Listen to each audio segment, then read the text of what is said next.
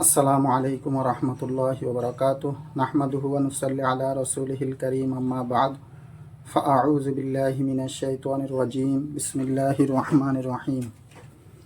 আমার সম্মানিত ভাই এবং বন্ধুরা, আমার সম্মানিত অডিয়েন্স, আমি এখানে কয়েকটি মাসআলা আপনাদের সামনে উপস্থাপন করব যেটা আপনাদের জন্য অত্যন্ত জরুরি। এক নাম্বার হলো বাচ্চাদের বমির হুকুম কি। দুই নাম্বার হলো রাস্তার কাদা পানি গায়ে বা কাপড়ে লাগলে তার হুকুম কি।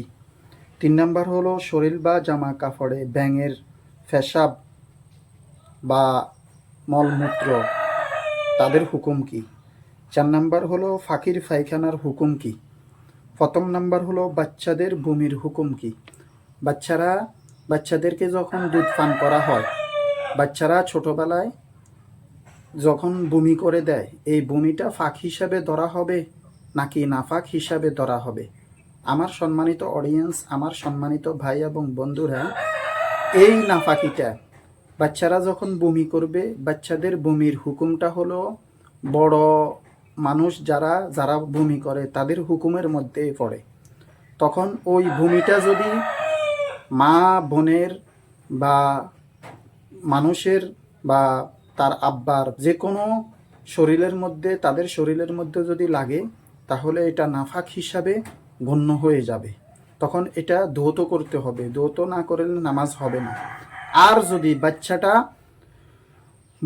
বাচ্চার মধ্যে দুধ দেওয়া হলো বা বাচ্চার মুখের মধ্যে যে কোনো জিনিস দেওয়া হলো, কিন্তু গলার মধ্যে যায় নাই, গলার মধ্যে কি ঢুকে যায় না, এমনিতে সে ফালাই দিল, তাহলে এটা ফাঁক হিসাবে ধরা হবে। কিন্তু সতর্কতামূলক এটাকে আপনি ধুয়ে ফেলবেন, ধুয়ে ফেলে তারপরে নামাজ পড়বেন। এবার আসেন 2 নাম্বার। রাস্তার মধ্যে যখন চলাচল করি আমরা, তখন রাস্তার কাদা পানি বিভিন্ন জিনিস গায়ের মধ্যে লাগে।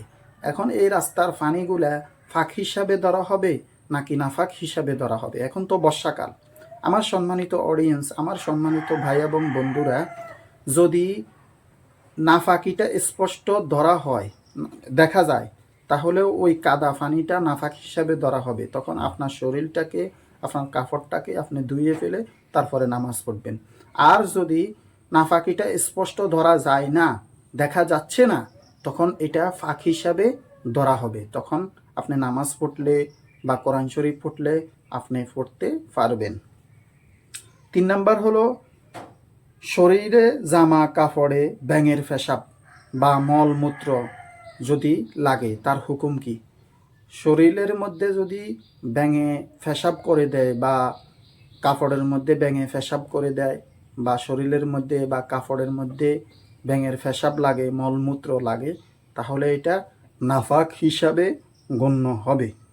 এবার আসেন 4 নাম্বার। 4 নাম্বার হলো যে আমরা যখন রাস্তার মধ্যে চলাচল করি, যখন রাস্তার মধ্যে বিভিন্ন জায়গায় যাওয়ার জন্য চেষ্টা করি বা যাই, তখন উপর থেকে ফাঁকিয়ে পায়খানা করে দেয়।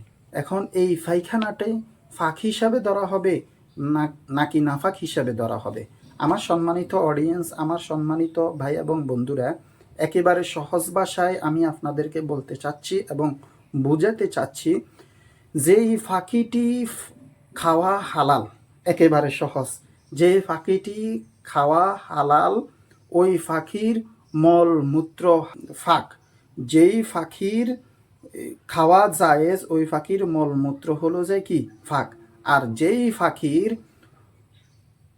ফাঁকি খাওয়া হারাম, যেই ফাঁকি খাওয়া হারাম, ওই ফাঁকির মলমূত্র হারাম, এবং ওই ফাঁকির মলমূত্র হলো যায় নাফাক। ওই ফাঁকির মলমূত্র হারাম এবং ওই ফাঁকির মলমূত্র হলো যায় কি নাফাক। যেমন ধরেন কাকের মলমূত্র পায়খানা যেটা আছে সেটা হারাম এবং নাফাক। ওটা যদি গায়ে লাগে, তাহলে আপনার কাপড়ের মধ্যে লাগলে এবং কি শরীরের মধ্যে লাগলে এটা ধোয়া ছাড়া যদি নামাজ পড়েন, নামাজ শুদ্ধ হবে না। আর যেই ফাঁকি হালাল, যেমন কবুতরের পায়খানা, এটা ফাঁক, তখন আপনি কি করতে পারবেন, তখন আপনি এটাকে হালকা মুছে দিয়ে নামাজ পড়লে নামাজ হয়ে যাবে। আমার সম্মানিত অডিয়েন্স, আমার সম্মানিত ভাই এবং বন্ধুরা, এই ভিডিওটি যদি আপনাদের একটু উপকারও আসে তাহলে আমার চ্যানেলটিকে সাবস্ক্রাইব করে দিবেন, লাইক কমেন্ট করতে ভুলবেন না। আচ্ছা, আপনার কি মনে হয় কোন ফাঁকির মলমূত্র হালাল এবং কোন ফাঁকির মলমূত্র হারাম? আপনারা আমার কথার মধ্যে যদি কোনো ইখতিলাফ দেখেন, কোনো ভুল দেখেন, আপনারা কমেন্ট করতে পারেন। আর কোন বিষয়ে আপনারা ভিডিও চান আপনারা কমেন্টে এসে লিখে যাবেন। আল্লাহ পাক রব্বুল আলামিন আমাকে আপনাদের প্রত্যেককে এই কথাগুলো বুঝার তৌফিক দান করুক। ওয়া মা আলাইনা ইল্লাল বালাগ।